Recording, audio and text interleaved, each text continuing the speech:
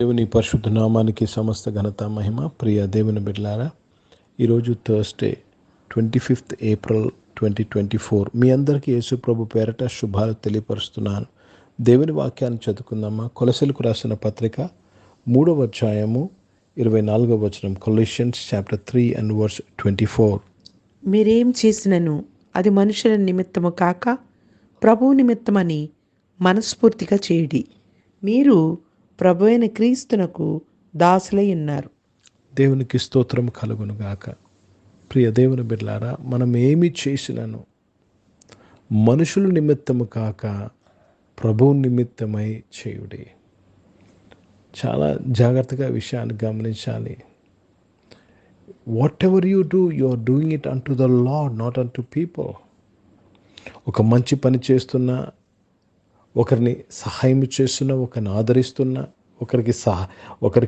ఒకరిని చేర్చుకుంటున్నా, ఇది మనుషుల కొరకు కాక దేవుని కొరకని చేయాలి.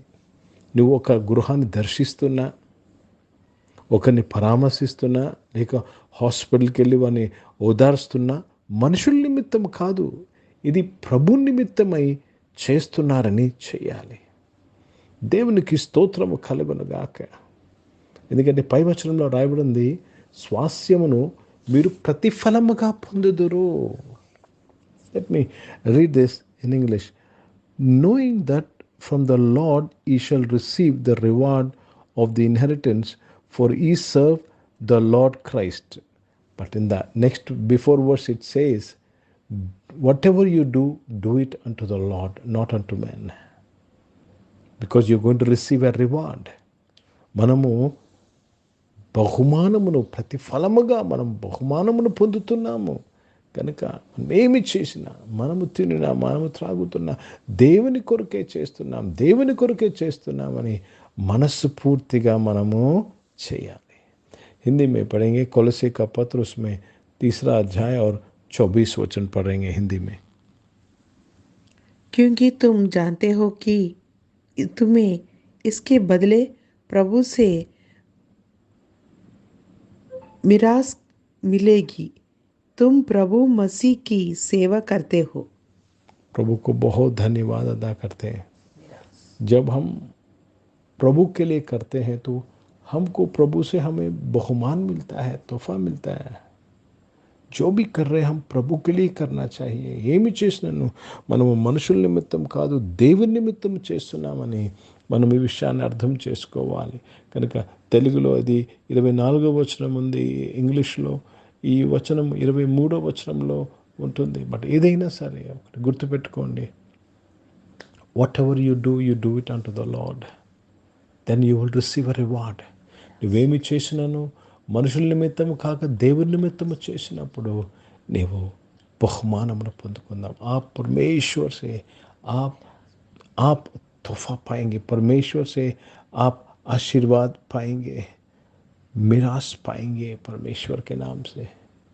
इसलिए जो भी कर रहे ప్రభు के लिए करना चाहिए. మనం ఏం చర్చ్కి వస్తున్నా, లేక ఎవరికైనా ప్రార్థన చేస్తున్నా, ప్రభు నిమిత్తమే మనము చేయాలి. కనుక దేవునికి స్తోత్రం కలుగునగాక. ప్రార్థన చేసుకుందాం. ప్రియ పరిశుద్ధ తండ్రి, జీవం గల దేవ, అవును తండ్రి, మేమేమి చేసినా నాయన మనుషుల నిమిత్తం కాదు నాయన తండ్రి, మీ నిమిత్తమే చేయాలి. సహాయం చేయమని ప్రార్థన చేస్తున్నాను తండ్రి. అనారోగ్యం వారందరూ కూడా మీరు ముట్టి స్వస్థపరిచినందుకు స్తోత్రం చెల్లిస్తున్నాను ప్రభా. ఉద్యోగంలో వ్యాపారం చేసిన వారిని దీవించి బలపరిచి దేవా, వారికి జాబ్స్లో బిజినెస్లో మీరే బలపరిచి ఆశ్రయించమని ప్రార్థన చేస్తున్నాను. పరిశుద్ధ తండ్రి, జీవం గల దేవా నాయన తండ్రి, దేవ చదువుకుంటున్న పిల్లలందరూ కొరకు ప్రార్థన చేస్తున్నాను. ఎంట్రన్స్ ఎగ్జామ్, కాంపిటేటివ్ ఎగ్జామ్స్ రాస్తున్న వారి కొరకు ప్రార్థన చేస్తున్నాను. దీవించమని ప్రార్థన చేస్తున్నాను తండ్రి. దేవ జాబ్ ఎగ్జామ్స్ కొరకు ప్రిపేర్ అవుతున్న ఆశ్రయించినందుకు స్తోత్రంలో నాయన.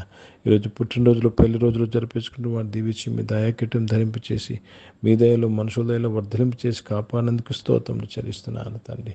సహాయం చేయమని వేడుకుంటున్నాను దేవా తండ్రి. రక్షణ పరిచయం చేసిన ప్రతి ఒక్కరిని దీవించి ప్రతి ఒక్కరము నాయన ప్రభు నిమిత్తమే చేటుకు సహాయం చేయండి. భారతదేశం కొరకు ప్రత్యేక ప్రార్థన చేసిన దేశాన్ని రక్షించి కాపాడేందుకు స్తోత్రం నాయన. ఇజ్రాయెల్ దేశం కొరకు యెరూషలేముకు శాంతి సమాధానం కొరకు ప్రార్థన చేసినగా దీవించి నడిపించి మహిమ పొందమని యేసుక్రీస్తు పరిశుద్ధ నామమున ప్రార్థన అంతయు అడిగి వేడుకొని పొంది నామ తండ్రి. ఆమేన్. పరలోకమందున్న మా తండ్రి, మీ నామం పరిశుద్ధపరచబడుగాక, మీ రాజ్యము వచ్చునుగాక, మీ చిత్తం పరలోకమందు నెరవేర్చబడుతున్నట్లు భూమి మీద నెరవేర్చబడునుగాక. మాకు అవసరమైన దిన ఆహారమును మాకు దయచేయము. అట్లా ప్రార్థన చేసిన వారు మేము క్షమించిన ప్రకారం క్షమించము.